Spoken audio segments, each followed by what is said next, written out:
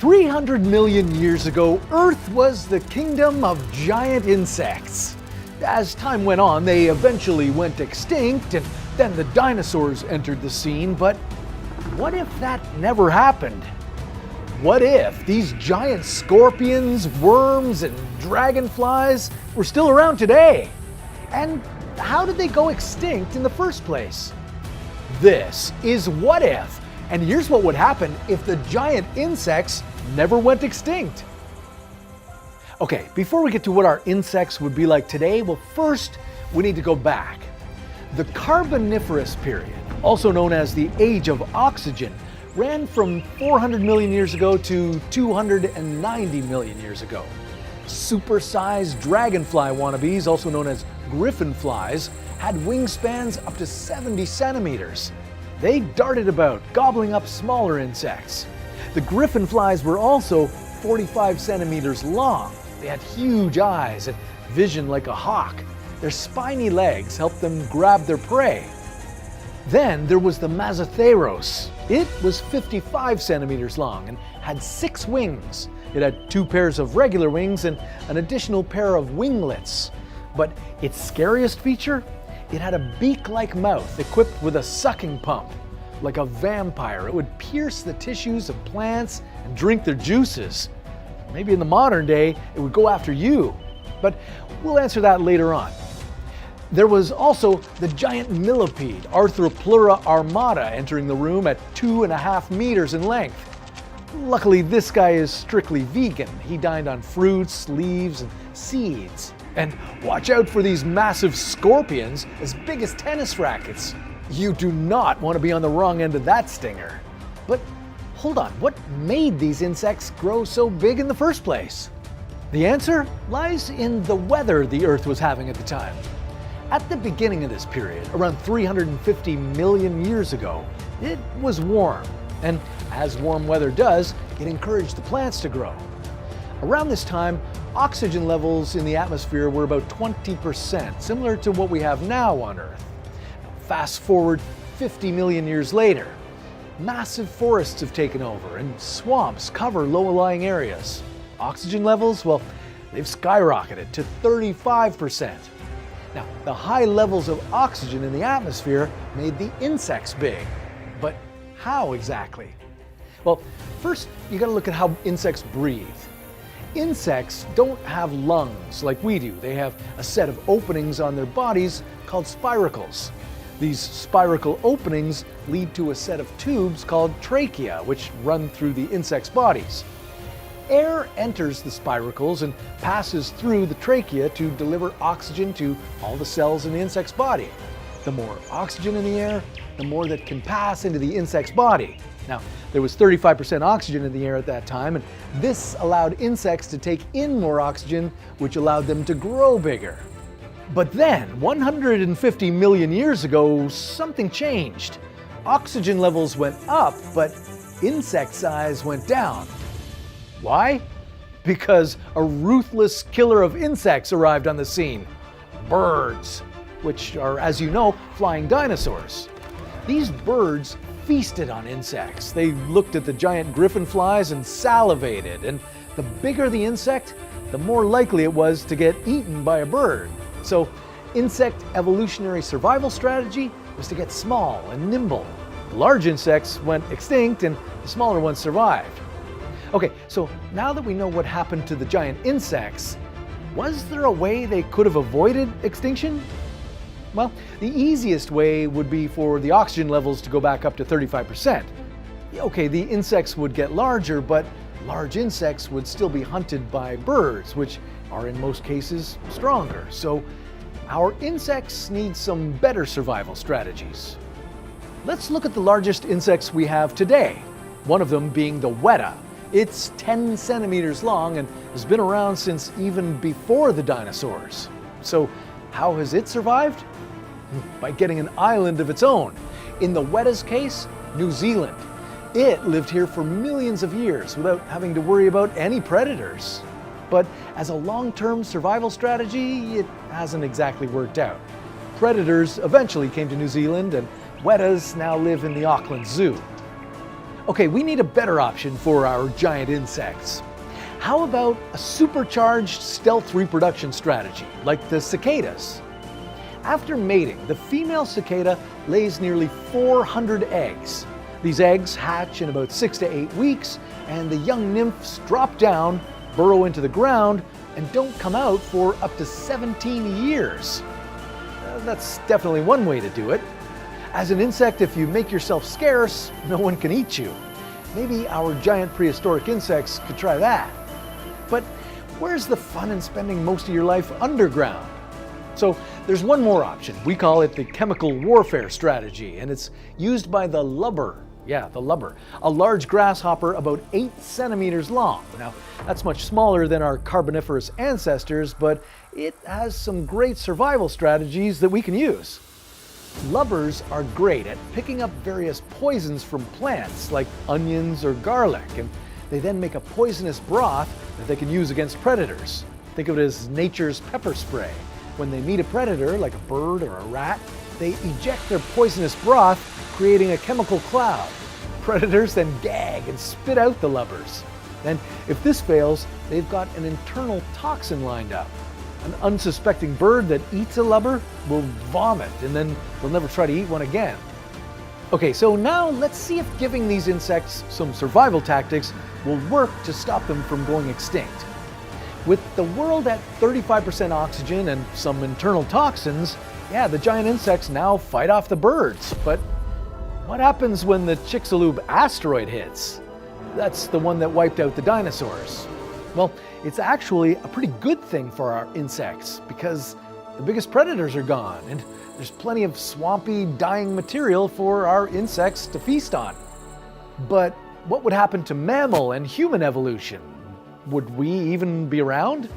Because today, if our air became 35% oxygen overnight, that would be toxic for us. It would cause coughing, difficulty breathing, and in severe cases, seizures and death. But then again, if apes and then humans evolved in 35% oxygen, then our bodies would have evolved to function in that environment. Our cells would be supercharged, producing even more energy with higher oxygen. We'd be super runners and super swimmers, breaking all of today's records. And our brains, which use 20% of the oxygen we breathe, would have evolved to grow even bigger and faster. Okay, so now it's time to return to the modern day. What does the world look like? Well, if you looked out your window during the summer, instead of just seeing different birds, you'd see giant griffin flies and 6-winged insects buzzing around. Would these giant arthropods attack you if you went outside? Well, during some period of evolution, there'd likely be a bunch of large winged insects that attacked humans, especially those pesky griffin flies. But remember, we humans are no pushovers. During different time periods, we'd have likely developed weapons to fight against these giant insects. During the Stone Age, maybe it was a sharp rock. Today, we'd probably have special bug sprays or zappers to fight them back. Sooner or later, just like the birds would have evolved to leave the giant insects alone, the giant insects would steer clear of us humans. Now, in addition to giant bugs flying around outside, we might have giant cockroaches and giant spiders as well. If these insects developed chemical defenses against predators, well, that could enable them to stay giant. But without these defenses, they'd be better off being small and nimble. So maybe mosquitoes would stay small.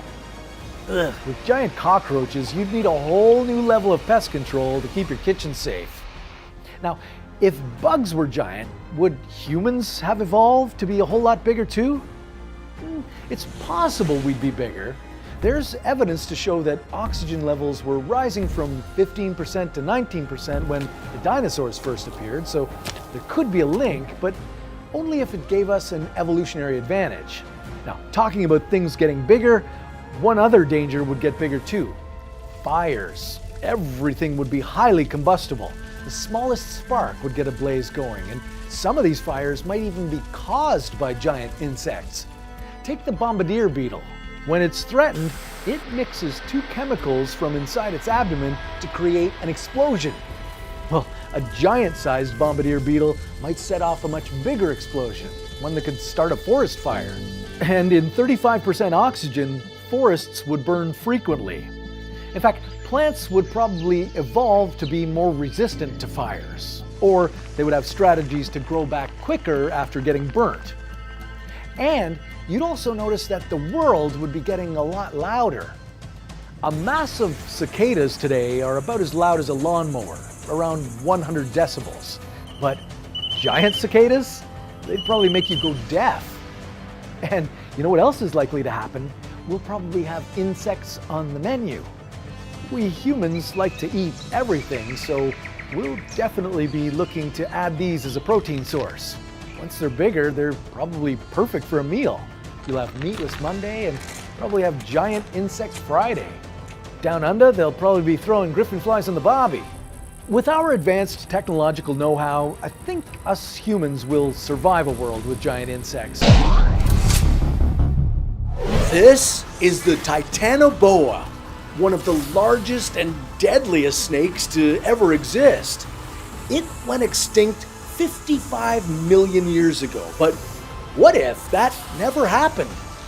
What if the Titanoboa just kept evolving and was alive today? What special traits would this deadly creature have?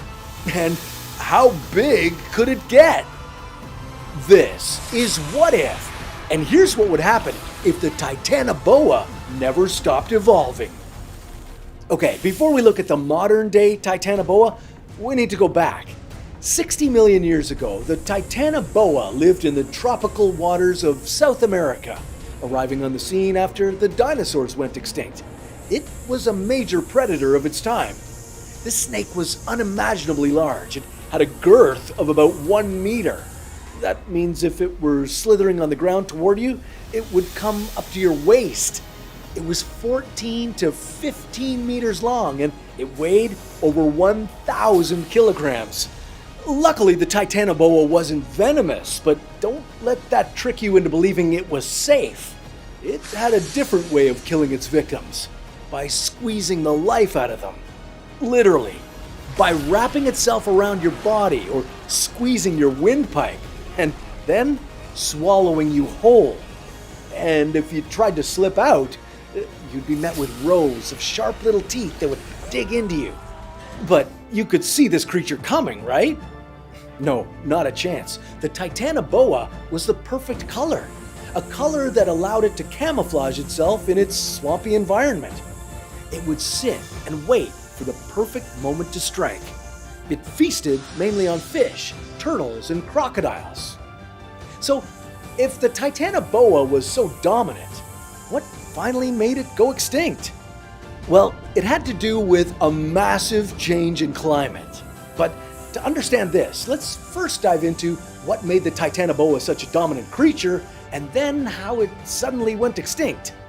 Paleocene, 66 million years ago to 56 million years ago. Titanoboas emerged after the apex predator niche was left empty by the extinction of the dinosaurs. They thrived in hot and humid environments. Lucky for them, that's what Earth happened to be like 60 million years ago. The average temperature was around 24-25 degrees Celsius. Now, we love that temperature in the summer, but imagine if it were that way the whole year. Instead of ice caps, the poles were covered with forests, and instead of polar bears, there were alligators roaming around.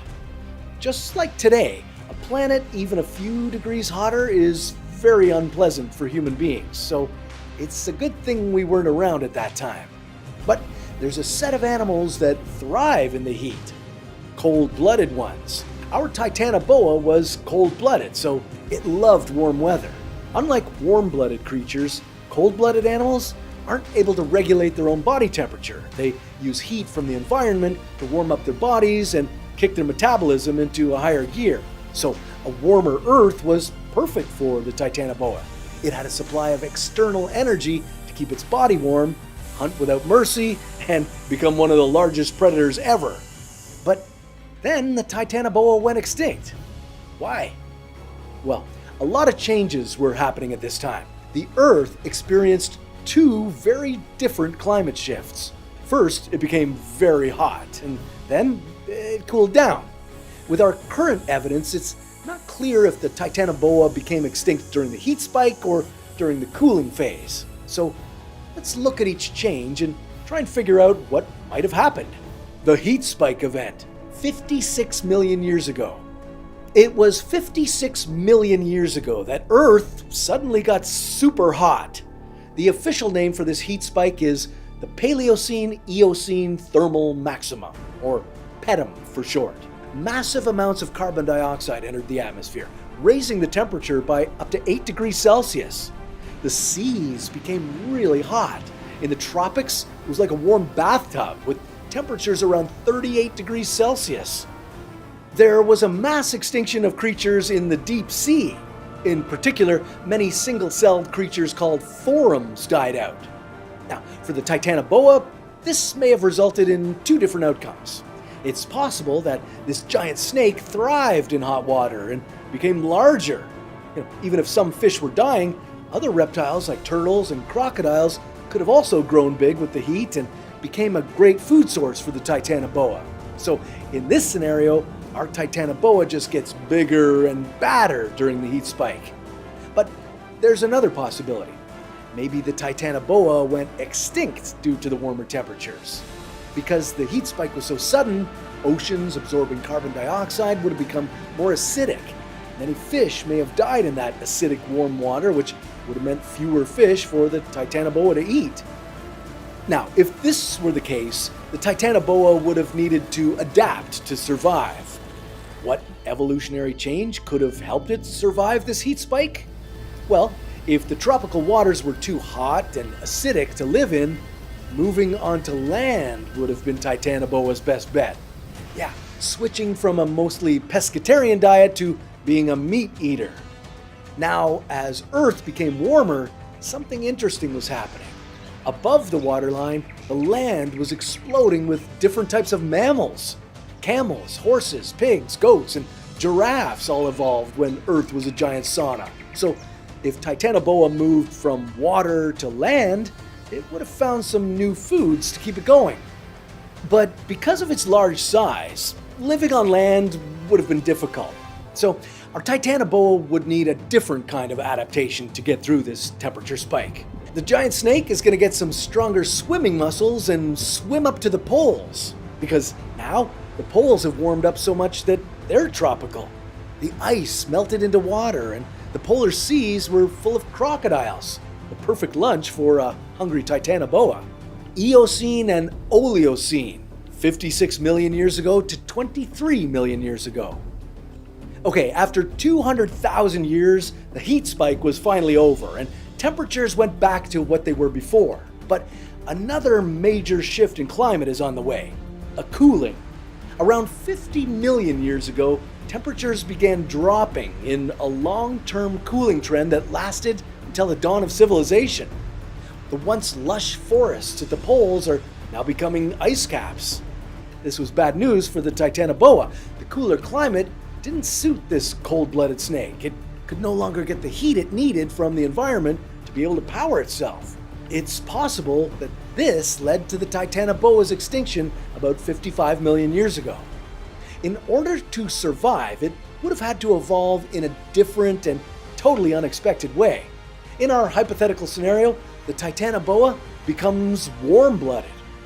Maybe you're thinking, well, can a cold-blooded animal really become warm-blooded? Well, how is that even possible? Well, it's true that if we look at snakes, we don't see any examples of them being warm-blooded, but there is another category of cold-blooded creatures that have some warm-blooded exceptions. Fish. While the majority of fish are cold-blooded, about 0.1% are partially or fully warm-blooded. For instance, the moonfish is warm-blooded. Bluefin tuna, white sharks, and salmon sharks are kind of both. They use a special mechanism to raise their body temperature called vascular countercurrent heat exchange. Let me show you how it works. Let's use a shark as an example. Now, the muscles they use to swim generate heat, which heats blood in the veins. The arteries bring cold, oxygenated blood from the gills to the shark's muscles and organs. This cold blood picks up the heat from blood in the veins, which then raises the shark's internal temperature. But in the Titanoboa's case, there are no gills involved. It breathes in through its nostrils and has lungs to supply it with oxygen. But we can make it warm-blooded like the shark by having cold blood pumped in through the arteries, which then pick up the heat from the warm blood in the veins. This single evolutionary transformation would allow the Titanoboa to survive the mass cooling. Let's see what happens next. Miocene, 23 million years ago to 5 million years ago. During the Miocene epoch that followed, Earth began to warm a little, followed again by a period of cooling. The climate became drier and vegetation was more coarse. Rhinos were dominant in North America. Many species of horses evolved, as did a variety of camels. Also, a saber-toothed cat-like creature called the Nimravid roamed around. Could the Titanoboa have adapted in new and different ways to spawn a line of desert Titanoboas? Yeah, I know I said that living on land would be tough for such a massive creature, but maybe there's an evolutionary path to make this possible. To camouflage in the desert, it would need to adapt a new color scheme, a light sandy color. And its next most important adaptation? Strong muscles to burrow into desert soil and live underground during the day, both to conserve energy and to hunt under the cover of darkness. Now, to protect against water loss through the skin, the Titanoboa would take a lesson from the spadefoot toad. This toad secretes a semi-permeable membrane that makes its skin thick, locking in moisture. Our desert Titanoboa would branch out and have a new diet of birds and mammals.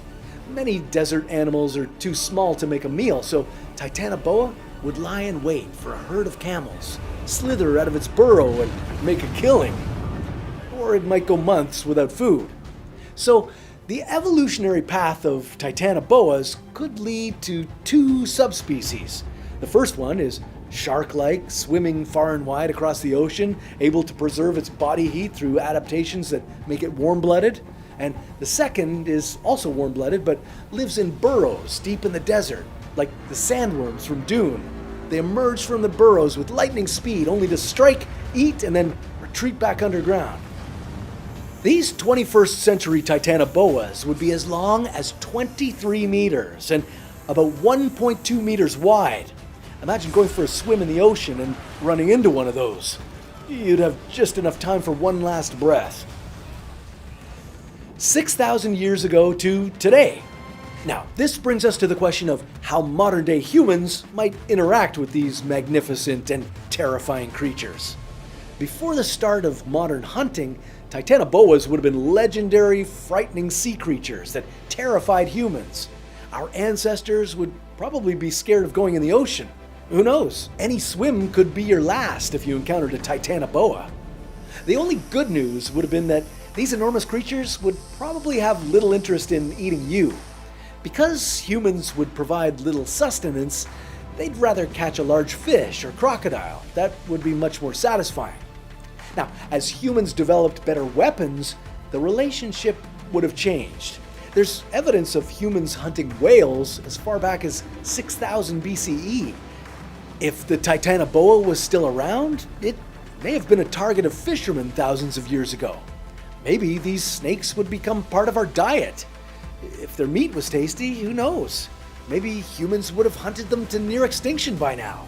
In today's world, it'd be a lot like the occasional shark attack. We'd probably hear about rare Titanoboa attacks on humans who swam too far out into the ocean. In the desert, nomadic tribes would probably fear the random, unpredictable attacks of the desert Titanoboa. Camels would have evolved to be super sensitive to those giant snakes' underground movements. Maybe they'd warn humans when they sensed activity underground. With infrared technology, we'd be able to detect the heat signature of Titanoboas in their underground burrows. Future. But in today's fast-changing world, something new and interesting would be happening. Human activity has reversed the cooling trend. With global warming, temperatures are becoming attractive for reptiles again. Our newly evolved Titanoboas have a warm-blooded inner architecture that has helped them survive the cooling of prior epochs, but as the Earth heats again, The Titanoboa would, once again, lean on the environment for heat rather than using its muscular interactivity. Conditions would be ripe for the Titanoboa to hunt even more effectively and grow bigger. As sea levels rise in future years, our coastal cities will be flooded and destroyed. The warm weather will help new generations of Titanoboa thrive. But the traditional habitats of the Titanoboa are currently being destroyed. The lush tropical swamplands and forests near tropical waters are being wiped out by logging and commercial activity. The growing acidification of the waters will kill the marine life that the Titanoboa feeds on. This would prove to be the biggest challenge for the creature, the destruction of its food supply. But there is one prey left for the Titanoboa. It would have to eat several to make a meal of them, but there's lots around. You guessed it, I'm talking about us. Maybe we'd become the target of the new ferocious Titanoboa. Watch out the next time a coastal city floods.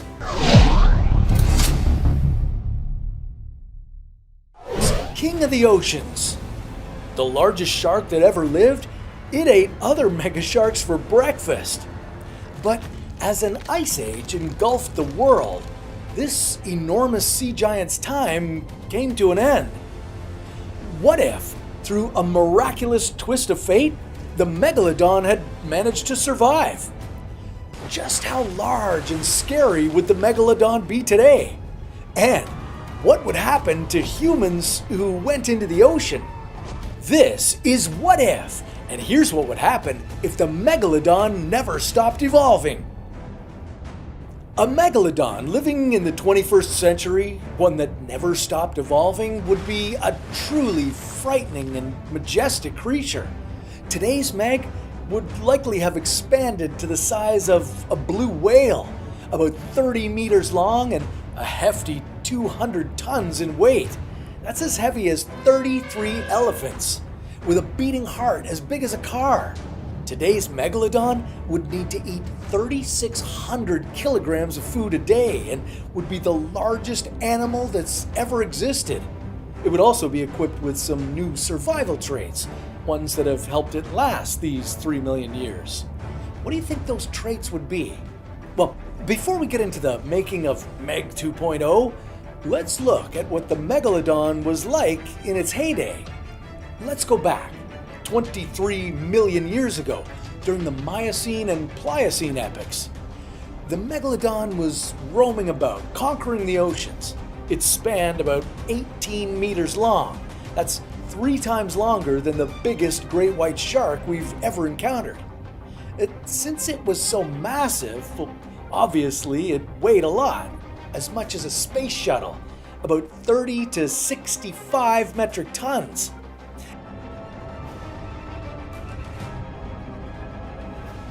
In fact, the word megalodon, when translated from its origin in ancient Greek, means big tooth. Serrated on one side, these teeth were perfect for sinking into large, meaty fish and tearing them apart. Throughout its life, the Meg, like other sharks, would shed and grow new teeth, possibly growing up to 40,000 teeth over its lifetime. These teeth chewed through a lot of food, about 1,100 kilograms, that's 2,500 pounds every single day. That's the equivalent of 2 cows, 10,000 quarter pounders every single day. But those were off the menu in this era.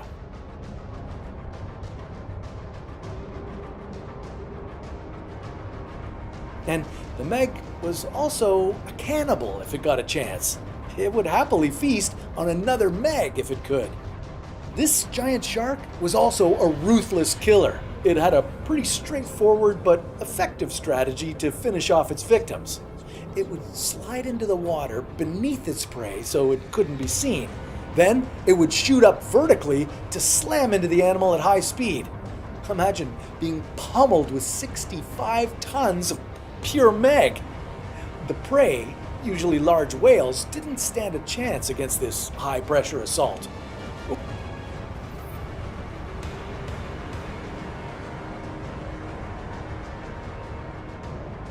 After that kind of injury, the fight was over. Then the Meg could settle into a nice meal. As a victim of the Meg, you could also get swallowed up whole. Yeah, with a skull 4.5 meters long, it could comfortably take in something as large as a whole family car. So watch out for this terrifying creature when it comes into the modern day. And of course, the Meg had mega babies. Baby Megs were 3 to 4 meters long, so good luck coming out alive if you run into one of those. The Megalodon really came into its own during the Miocene epoch, from 23 to 5 million years ago. At the start of the period, the Earth was warm, but then later it began to cool. During this time, the Meg preferred hanging out in warm, tropical waters. In fact, it roamed multiple places across the globe. Meg teeth, as old as 3 million years, have been found in waters everywhere, except Antarctica.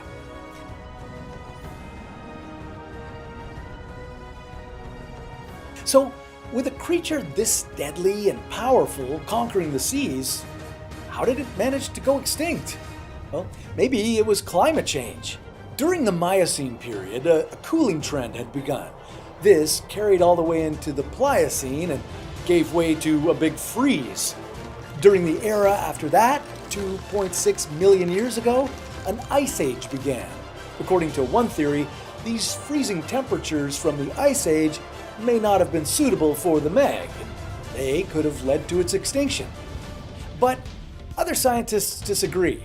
Studying the Meg found that temperature fluctuations seen in earlier periods didn't impact the shark.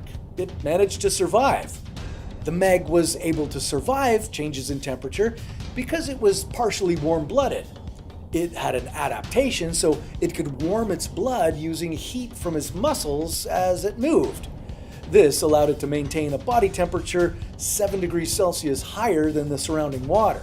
So while it preferred warmer weather, it could survive in cooler temperatures as well. So what was different about the Pleistocene Ice Age? Well, for one, this ice age was a lot colder than before. The Meg and other creatures that had evolved in the last tens of millions of years had never experienced such a deep freeze. The Pleistocene Ice Age, 2.6 million years ago, was the most severe temperature drop that Earth had faced in the last 500 million years. As the ice crept over the Earth, there was a severe decrease in habitat for both land and sea creatures. Sea levels dropped 200 meters and coastal land areas dried up. As water turned to ice and sea levels dropped, the baleen whale, the Meg's main prey, was fighting to survive. And it wasn't just the cold. Changes in ocean currents reduced the flow of nutrients in parts of the ocean, areas that were prime feeding grounds for the baleen whale. This affected its population. And there was another problem. Baleen whales give birth in warmer waters, but then migrate to colder waters to feed. With the rapid reduction in warmer waters, their breeding grounds would have also been disrupted, another pressure leading to extinction. With baleen whales going extinct, the Meg had to focus on smaller prey, like dolphins and seals. But this would have been a problem because the Meg was facing competition for prey from a smaller and more agile competitor, the great white shark. 1/3 the size of the Meg, the great white shark was nimbler, needed less to eat, and was competing for the Meg's food. Both baleen whales and the quicker dolphins and seals. And in the battle for fast-moving smaller prey, great whites were the winners. The Meg's breeding grounds would also have been disrupted. Its babies lived in nurseries and shallow waters. As sea levels oscillate up and down, these shallow waters would have risen and then receded unpredictably. They would no longer have provided a safe spot for baby Megs to survive. And at the same time, the Meg's massive feeding requirements for energy and to maintain its high internal body temperature were not getting any smaller. So that's what led to the Meg's extinction.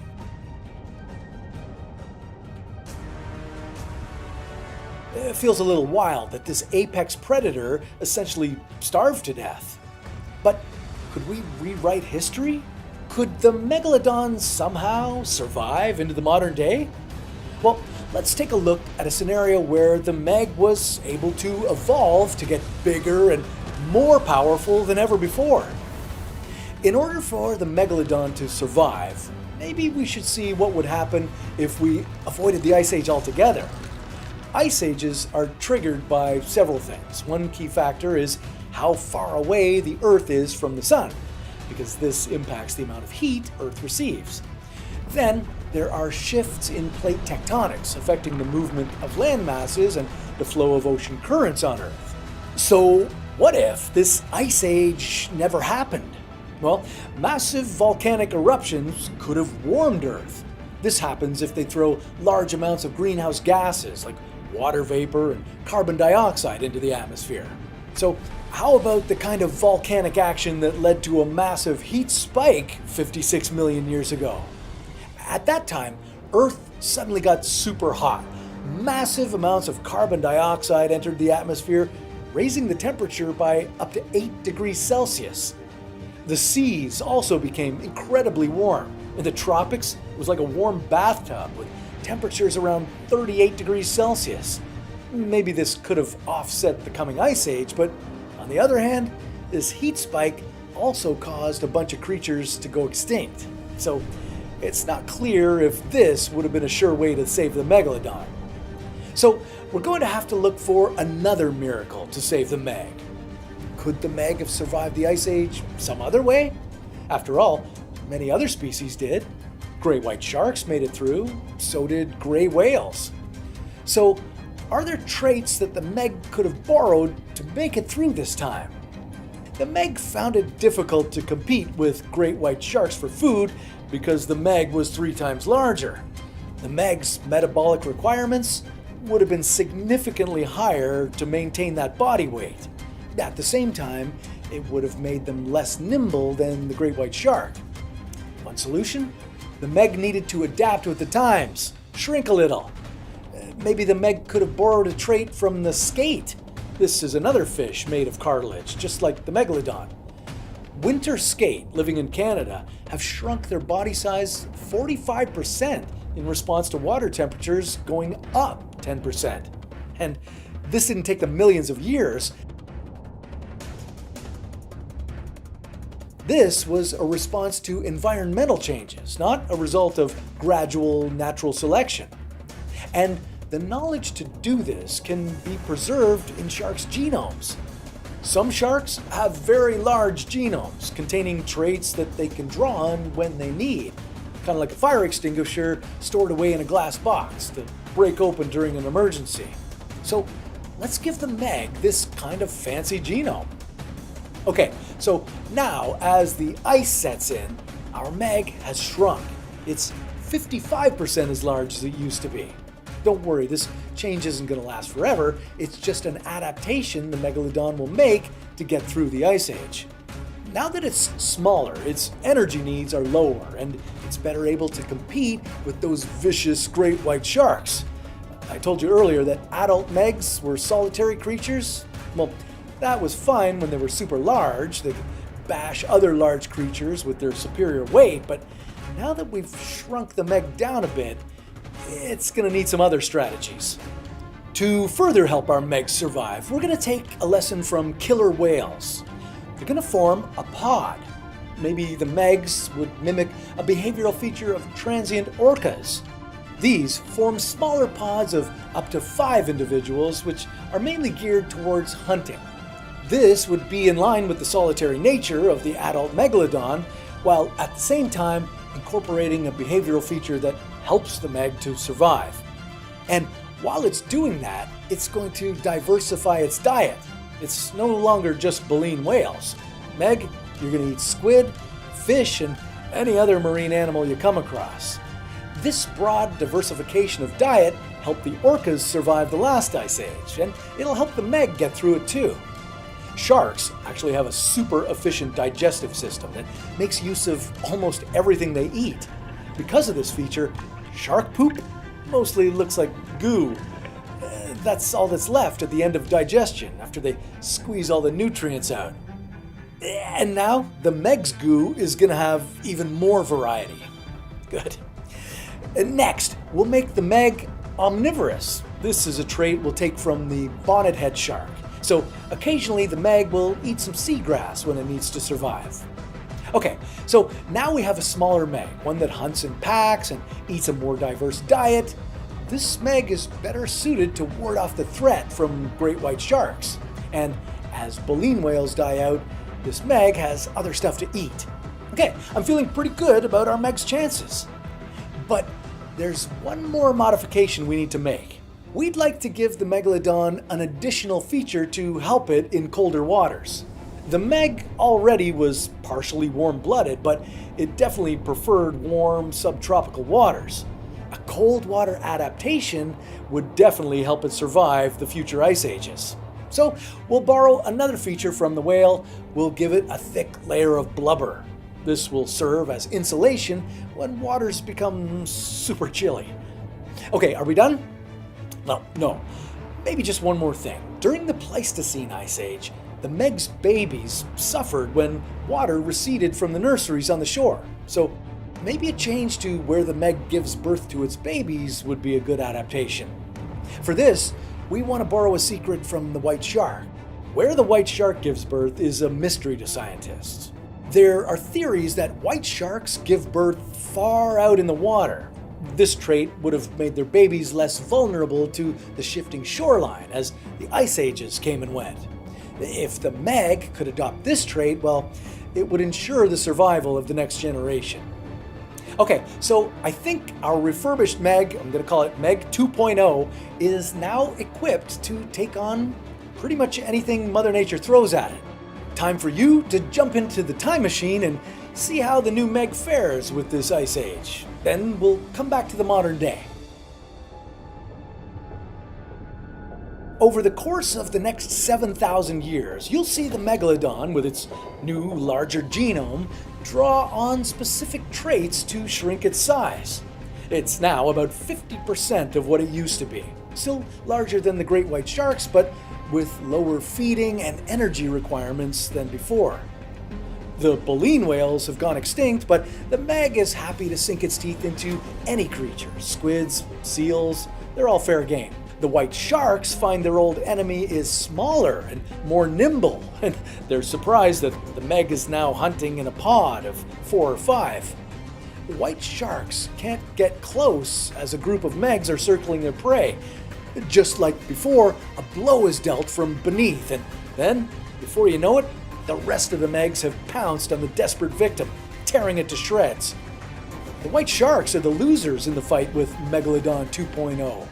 They pick their spots, but stay clear of direct competition in order to survive. As the Pleistocene era continues, the Earth goes through multiple glaciation cycles. In addition to its partial warm-bloodedness, the additional layer of blubber that Meg 2.0 has enabled it to survive as Earth's waters turned cold. At the height of the Ice Age, the meg migrates to the warmest waters it can find, around the tropics and subtropics. This was a strategy used by orcas, many of which survived in the warmer waters around Africa during the Ice Age. As megs from different parts of the globe migrate to these regions to weather the cold, the gene pool becomes more diverse. 13,000 years ago. Okay, while megafauna are going extinct on land because of both shifts in climate and human predators, you can see Meg 2.0, King of the Oceans, is able to survive these shifts. Adapted to both warm and cold waters, and with its new layer of blubber, it seeks refuge in deep, cold waters to survive human hunting expeditions. It gives birth to babies deep in the sea, far from human eyes. 11,700 years ago. Okay, the last ice age ends. The Megalodon undergoes a new shift. Its DNA recognizes a change in the environment, signaling that it can grow larger again. In a few thousand years, it doubles its size, and it's back to where it was 2.6 million years ago.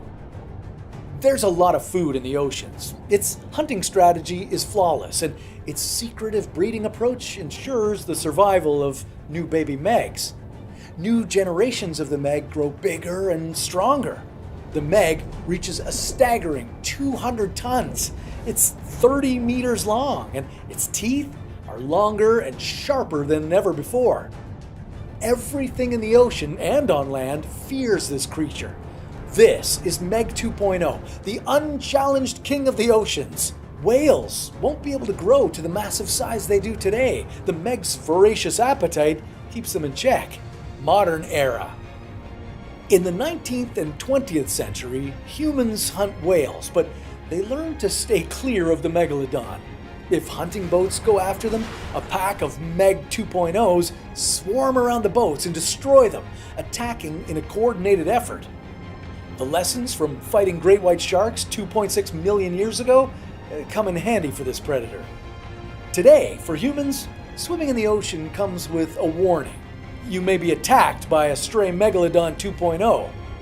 Only swim in areas where lifeguards are around, but I'm not sure they'll be much help. The Meg 2.0 is somewhat misunderstood. It's not that this massive shark targets humans as a food source. After all, the Meg needs 3,600 kilograms of food a day. That means it would have to eat 45 to 60 humans in order to make a meal of us. But that doesn't mean they wouldn't still want to eat you if given the chance.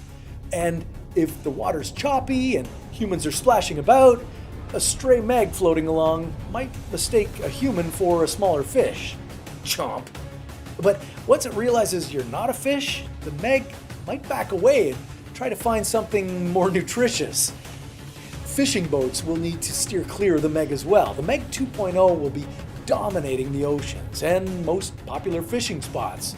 And it wouldn't take kindly to any competition, even the humankind. These are the areas modern fishing boats would have to fear and avoid, and if they don't, they might end up getting attacked. This could also affect our ability to fish. Maybe sushi would eventually be off the menu in certain parts of the world. With a creature as dominant as the Megalodon, fishing may become a lot more rare for us humans. But that's if we choose not to fight back. Maybe we'll end up hunting down Megalodons, if we're given the right technology. Or we'll just stay clear of the areas the Meg hunts in. If the Meg were around today, it would be at the top of the marine food chain. As apex predators, they'd keep populations of fish under control. But would the Meg be able to dominate forever?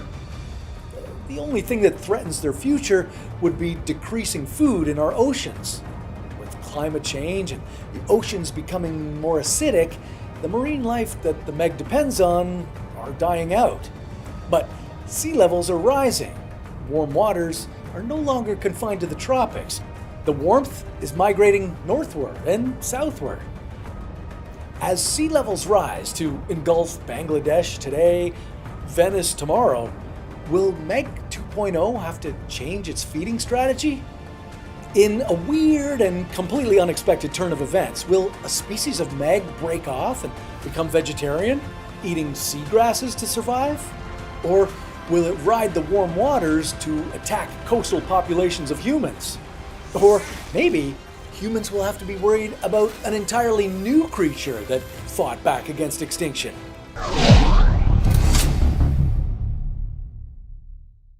What if the dinosaurs that went extinct 66 million years ago were able to survive the asteroid? Well, with a few evolutionary modifications, anything is possible. Today, we're going to modify the dinosaurs that went extinct, giving them all new traits in order to survive. Some might get big, some might be small, and some will even get extreme rock armor, capable of surviving the asteroid impact. This is What If, and here's what would happen if dinosaurs had evolved to survive the asteroid. Okay, first, let's revisit the mass extinction event that got us here in the first place, because clues to dinosaurs' survival lie at the scene of the crime. Why is that? Well, because we know some animals survived. While 75% of all species on Earth were wiped out, 25% found a way. What special superpower did each survivor have? Was it their bodies? Was it what they ate or how they lived? And keep in mind, it wasn't just the initial impact that did all the damage. There was a second extinction event right after. This killer asteroid starts as a small dot in the sky, but before you know it, a massive rock has struck Earth, creating a huge crater. The enormous force from the asteroid created a tremendous amount of heat. It was like billions of nuclear bombs exploding. The heat raised the temperature of the land, and it caused the rocks underneath the Earth to melt, tossing tiny molten particles into the air. These rained back down as hot, deadly shards. A massive impact, a super hot Earth, and molten rock rain. Well, that's the first killer. And then, for those that somehow survived this, there was a second horror on the way. The massive cloud of ash that enveloped the Earth blocked out the sun, causing an impact winter. This lasted anywhere from 2 to 10 years. No sunlight or food for many of the creatures on Earth. This would have been a nightmare to get through, but some animals did manage to survive. Shrews, turtles, crocodiles, and some other creatures were able to get through both of these extinction events. So, if we applied some of their survival traits to the dinosaurs, would the dinosaurs be able to avoid getting wiped out? Okay, it's time to do a little gene splicing. Let's take a look at our favorite dinosaurs and see how they might have evolved to survive the asteroid. From T-Rex to Tiny Rex. Okay, let's start with my favorite, the Tyrannosaurus Rex. Weighing in at 7,000 kilograms, the T-Rex had a pretty difficult time surviving the asteroid. As terrestrial creatures, many T-Rexes would have died in the original heat pulse that radiated through Earth. Either that, or they would have been shredded by the rain of molten rock coming down from the sky. Well, not this time. We're going to help the T-Rex survive. We'll take some lessons from the Morgan eucodon, a small mammal that lived in burrows and scurried around underfoot during the age of dinosaurs. We'll give our T-Rex some really thick armor all over its body to combat the hail of shards. And those puny arms? Well, let's beef them up a bit by increasing their length and size, as well as giving them some bigger claws. This would allow them to dig burrows for extra protection. Will this be enough? Well, let's see what happens when the asteroid strikes again. Our modified T-Rex looks to be doing great. The heavy armor is protecting him from the shards, and he's running into his burrow for shelters. He's 12 meters long, so this burrow is a bit on the big side, but so far so good. Okay, now that the initial impact is over, a heat wave is happening. Widespread fires are raging across Earth. Our T-Rex, though, is still comfortable, hiding in his burrow, waiting for the fires to end. Now, although the T-Rex had a high energy requirement and had to eat relatively frequently, he should be able to survive a bit of starvation for now. I mean, a hungry stomach beats going extinct, right? After the initial devastation subsides, our T-Rex emerges from his burrow, only to find that Earth is now 6 degrees colder and much darker. This means finding food is going to be a huge issue. At first, our T-Rex could scavenge some asteroid kill, but with most other large land creatures now gone, how would this enormous carnivore survive? Well, it's going to be virtually impossible without food. That is, unless we give our T-Rex one more modification. Unfortunately, it'll change almost everything we know about this dominant dino. Let me explain. Almost every creature that survived the impact winter had this one common feature. They were on the smaller side. In fact, of the mammals that survived, the largest one was no bigger than a rat. So, sorry Rexy, but we're gonna have to shrink you down from a size 16 to a size 0. Okay, now you're Tiny Rex.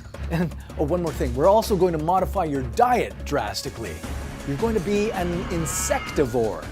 Since there are no large herbivores to eat, you'll have to settle for feeding off the swampy carcasses of insects. Oh, how the mighty have fallen. But at least he should survive. Let's see what happens when the asteroid strikes again. Okay, Tiny Rex runs into its burrow like before and stays there for a while. It's now safe to come out. For a while, he's able to sustain himself on the remains of dead animals. And after that, well, there are swarms of insects hovering over the decaying vegetation everywhere. That's what our Tiny Rex eats. And he survives long enough to pass his genes on to the next generation, giving rise to a new generation of armored, burrowing insectivores. Tiny Rexes. Honestly, they're pretty cute. Toothless Velociraptor. All right, let's look at another star of the Jurassic Age, Velociraptors. What would it take for them to survive? Well, these dinosaurs lived in Central and Eastern Asia during the late Cretaceous period. They were about 1.8 meters long and weighed about 45 kilograms, about as much as a chimpanzee. They were pretty good at pouncing quickly on their prey and liked eating small herbivores. There's one other feature that they had that's given us an idea to build on, and that's that velociraptors had fluffy, feathery arms. Now, you might be thinking, why didn't I see that in Jurassic Park? Well, when the movie was made, scientists hadn't yet figured out that dinosaurs had feathers. Now, velociraptors had one other feature just like birds. They had thin, hollow bones filled with air sacs, a powerful mechanism for staying well oxygenated. They could get oxygen both while inhaling and exhaling.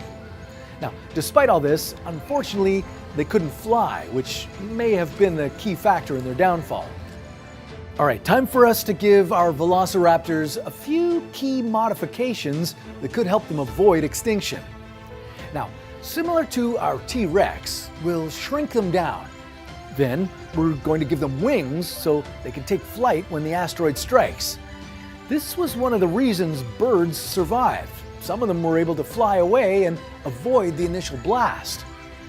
But just being able to fly won't be enough. These creatures will have to adapt and find food to survive the impact winter. What would they eat? Well, we'll have to give our velociraptors a taste for bird food. They could swoop down and prey on the small mammals scurrying about.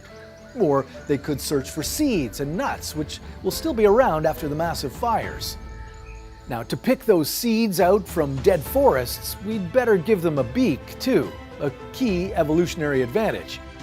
And sorry, velociraptors, but we're getting rid of your teeth. In this new post-apocalyptic world, you're not going to need them. This will make sure you live to see another day. Yeah, this toothless velociraptor with its wings is definitely making it through the asteroid. Okay, so we've looked at the land and at the air. Well, now it's time to look at the sea. Michael Spinosaurus Phelps. The Spinosaurus was a large, semi-aquatic dinosaur with a massive sail on its back. It's kind of an odd-looking creature, 15.5 meters long with small hind legs, a predator who swam after fish. It wasn't really well adapted to land. In fact, this dinosaur was already extinct by the time the asteroid hit, but let's assume for a moment that it was around during the late Cretaceous period, because we think with a few modifications, we could help it survive the asteroid. And this time, we're going to look for some aspects of a creature that survived all 5 mass extinctions. The sharks, and you'll see why in a second. Unlike the shark, the sad thing about the Spinosaurus, well, it was a crappy swimmer. The fin on its back was seriously destabilizing. It made for a very difficult swim. Okay, so that 335 kilogram big back fin, it's gotta go. Or maybe become a much smaller dorsal fin. Let's streamline its body and shrink it a bit while we're at it, so it can glide, kind of like Michael Phelps. Now, another problem with the Spinosaurus? Well, we've got to swap out its whole breathing mechanism. Like the Velociraptor, it has lungs and a network of sacs inundating its hollow bones. we're going to replace this whole system with gills. And not your standard 5 gills, but a set of 7.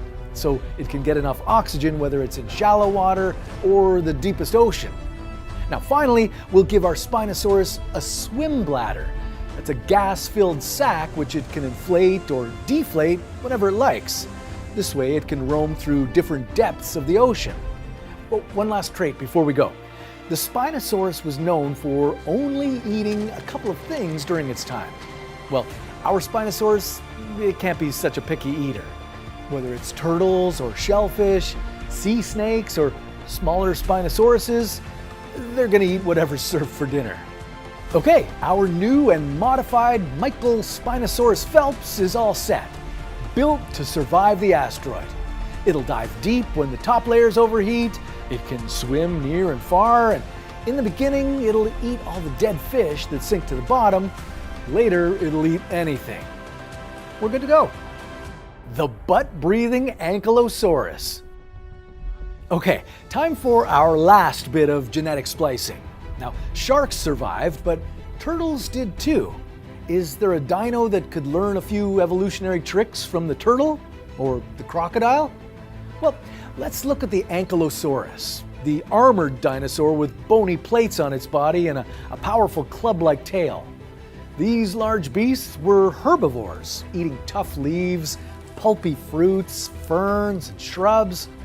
They were also super slow-moving creatures.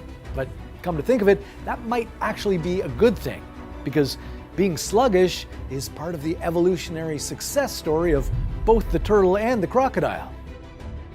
For the Ankylosaurus to survive the asteroid, we're going to need one major change. Instead of being strictly land dinos, we're going to need them to be semi-aquatic. Now, coincidentally, semi-aquatic was my favorite 90s band. Oh, wait, that was Semisonic. Okay, in the hours after the asteroid strikes, as the Earth becomes super hot, we need a few Ankylosauruses near the shore to slip into the water. Now, they don't need gills, but like a turtle, we'll make them good at holding their breath underwater for a long time, like 45 minutes. This will get them through the first phase when Earth is scalding hot. Now, given that any kind of food is going to be a problem for a while after the impact, our Ankylosaurus already has the evolutionary trait that's going to help it survive. Yeah, its sluggishness is just what we need right now. Just like a turtle, the less energy it uses, the longer it can go without food. Now, in addition, let's make our Ankylosaurus cold-blooded, so its body temperature is determined by its environment. This way, as the Earth gets colder during the impact winter, the Ankylosaurus's temperature can drop too, and its metabolism can slow further. The less energy it needs, the better. Maybe it hangs out underwater for a bit, brumating. This is the type of hibernation turtles do. And this is where the last body feature comes in. We're going to modify our Ankylosaurus so it can breathe through its butt. Yeah, I know it sounds ridiculous and sounds like maybe something Beavis and Butthead would say, but stick with me here. Turtles have cloaca, openings through which waste comes out. You know, they're rich in blood vessels, so they double up as a way to get oxygen when the turtle is underwater. Brumating. There you have it. A new generation of butt-breathing Ankylosauruses, which are semi-aquatic. They're also sluggish, cold-blooded, and can retreat underwater to brumate. This is all happening as they're protected by their bony plates. Maybe they'll curl their tail under their armor for protection when they sleep. So, now that these dinosaurs managed to avoid extinction, what does the future of Earth and mammals look like? Well, what was formerly known as the T-Rex is now equivalent to a small reptile, one that feeds on insects to survive. Not scary. Our toothless velociraptors continued to evolve, along with birds, and in the ocean, Michael Spinosaurus Phelps could evolve into a powerful fish, competing with big sharks and whales. The new butt-breathing Anky, well, it doesn't scare anyone either. Think of it as a new kind of elephant-like creature, docile and relatively harmless. Hundreds of thousands of years later, the dinosaurs that survived, along with the mammals entering the scene, would continue to evolve side by side. By wiping out the larger creatures and shrinking the T-Rex, the mammals and dinosaurs of the time would be on a more even footing. But Tiny Rex lacks one important thing: a big brain. Aww. Other small mammals at the time, like rats and squirrels, would be significantly smarter than Tiny Rex. They'd also have better senses, ones that could allow them to get around in the dark better. So there is a possibility that the Tiny Rex would go extinct due to the stiff competition at the time. But let's assume they're able to still evolve. Similar to our own timeline, future generations of mammals would have evolved into intelligent apes. Tiny Rex might have become middleweight Rex by this point, like maybe elephant or hippo-sized. But there's a good chance that the smart apes would escape from middleweight Rex just by living high up in the trees. Then we'd get to humans, eventually giving rise to humans. Now, in the early years, humans would hide from heavyweight Rex, but over time we'd invent weapons and begin to hunt them. Now, would our re-engineered dinosaurs ever grow to be as large as they were in the Cretaceous period? Give them another 100 million years and they just might. 65 million years ago, dinosaurs ruled the Earth. They dominated each time period they were in, becoming the kings of the animal kingdom. Then suddenly, that all changed. An asteroid came for Earth and wiped all the dinosaurs out, causing them to go extinct. But what if things were different? Time to turn back the clocks over 65 million years to see just what course evolution would have taken if dinosaurs still roamed Earth. In what ways would their bodies have changed over this time? How would they adapt to our planet's changing environment? And would some dinosaurs remain at the top of the food chain? A food chain that now includes you? This is What If, and here's what would happen if dinosaurs never stopped evolving. Okay, before we reimagine the course of evolutionary history, let's explore just what kind of catastrophic series of events could have led to the extinction of so many dinosaur species in the first place. Going back about 66 million years into our planet's past, the Cretaceous period would be nearing its end. But not before going out with a bang. A big one. No, not that big bang. An asteroid named Chicxulub with a diameter of about 10 kilometers hurtled through space and our atmosphere to its final destination around the Yucatan Peninsula in modern-day Mexico.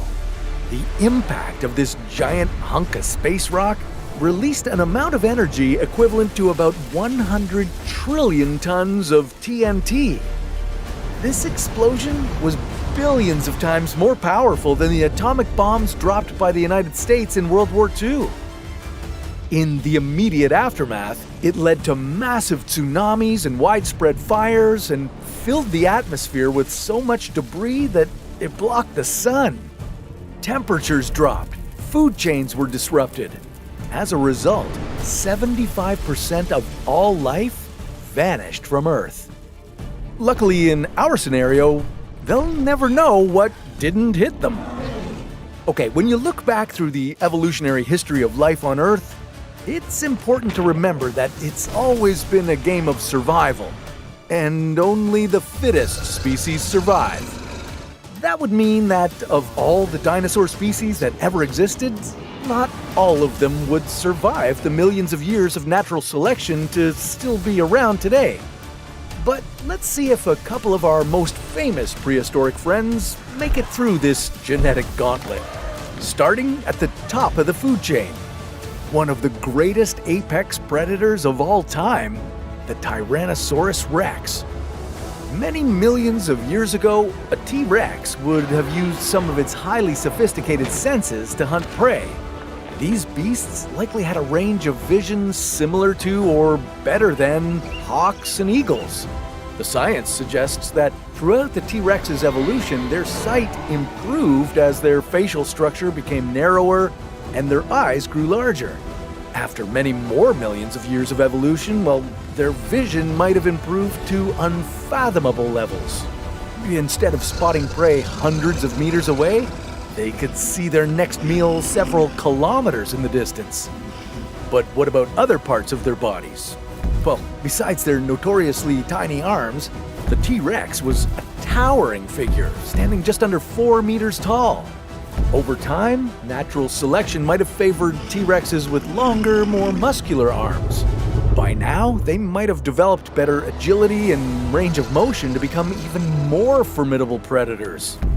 And they wouldn't be the only predators that may have become even more dominant over time. Velociraptors were famous for their speed, agility, and hunting techniques. And they were intelligent, too. Okay, maybe not as bright as movies like Jurassic Park make them seem, but certainly they had a leg up on some of their dumber plant-eating prey. With millions more years of evolution, these creatures would have developed highly advanced hunting techniques. Another thing Hollywood doesn't show you is that evidence suggests that raptors were likely covered in feathers, and that their evolutionary trajectory is very closely linked to the emergence of birds. Imagine over time that these feisty predators evolved to have wings and could hunt helpless prey, like humans, from the skies. Well, more likely it would be your pets you'd have to worry about.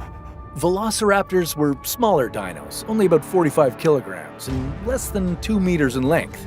But keep an eye on Rufus and Garfield, and maybe on the small children too. Now, in terms of dinosaurs that already dominated the skies, well, the aviation skills of pterodactyls would have also continued to develop and improve. By the time they went extinct, these creatures were the largest known flying animals, with wingspans ranging from 2 to 11 meters. Ugh. If they continued to adapt to our planet's changing atmosphere and geographical shifts, well, who's to say these gigantic flying reptiles wouldn't have continued to grow? You imagine a day in the park ruined by the surprise visit of one or more pterodactyls the size of a small building. Now, that's something you'd have to worry about. Not all dinosaurs would have evolved to become bigger, badder predators. Okay, maybe gentle giants like the Brontosaurus could have continued growing in size, but they might have developed other features to make them less vulnerable to predators. For example, their skin. Natural selection might have favored those with increasingly thicker outer layers that could withstand the powerful bites of creatures like the T-Rex. Or whatever it is the T-Rex would be known as now. Like for the other species, there'd be so many enormous environmental changes between their era and now. The Brontosaurus was a herbivore, and as plant species underwent their own evolutionary process, well, these dinosaurs would likely have developed a more complex digestive system, similar to those of mammals. And this brings up another interesting dilemma. If these creatures never went extinct and kept evolving, uninterrupted by a pesky space rock, would mammals like you be here today? Yeah, our earliest human ancestors evolved among creatures like mammoths and saber-toothed tigers, but now that we're adding in all these other species, only the fittest would survive. And in that case, human evolution could have taken an entirely different course too. Natural selection would have likely favored genes that would make us smaller and faster to avoid being eaten. And with the possibility that we'd be living among other highly intelligent species like raptors, our social structures might be completely different too. Instead of being the most dominant species on the planet, well, there's a strong chance we'd have to compete with these other dangerous predators. If at any moment we could be raided by a pack of vicious T-Rexes, would we ever have settled down in one place? Instead of human civilization evolving in great communities, well, maybe we'd only survive as solitary, nomadic hunter-gatherers. Evolution is a mysterious puzzle that only time knows the answers to. If we reverse the course of one event, like the collision of the Chicxulub, well, there's basically no limit to how different your world could be today. Which makes me wonder, what would happen if an asteroid the same size hit Earth today? Or maybe a bigger asteroid? Well, that's a story for another What If.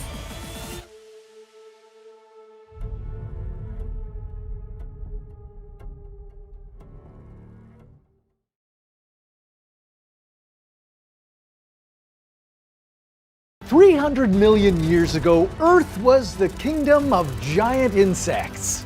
As time went on, they eventually went extinct, and then the dinosaurs entered the scene. But what if that never happened? What if these giant scorpions, worms, and dragonflies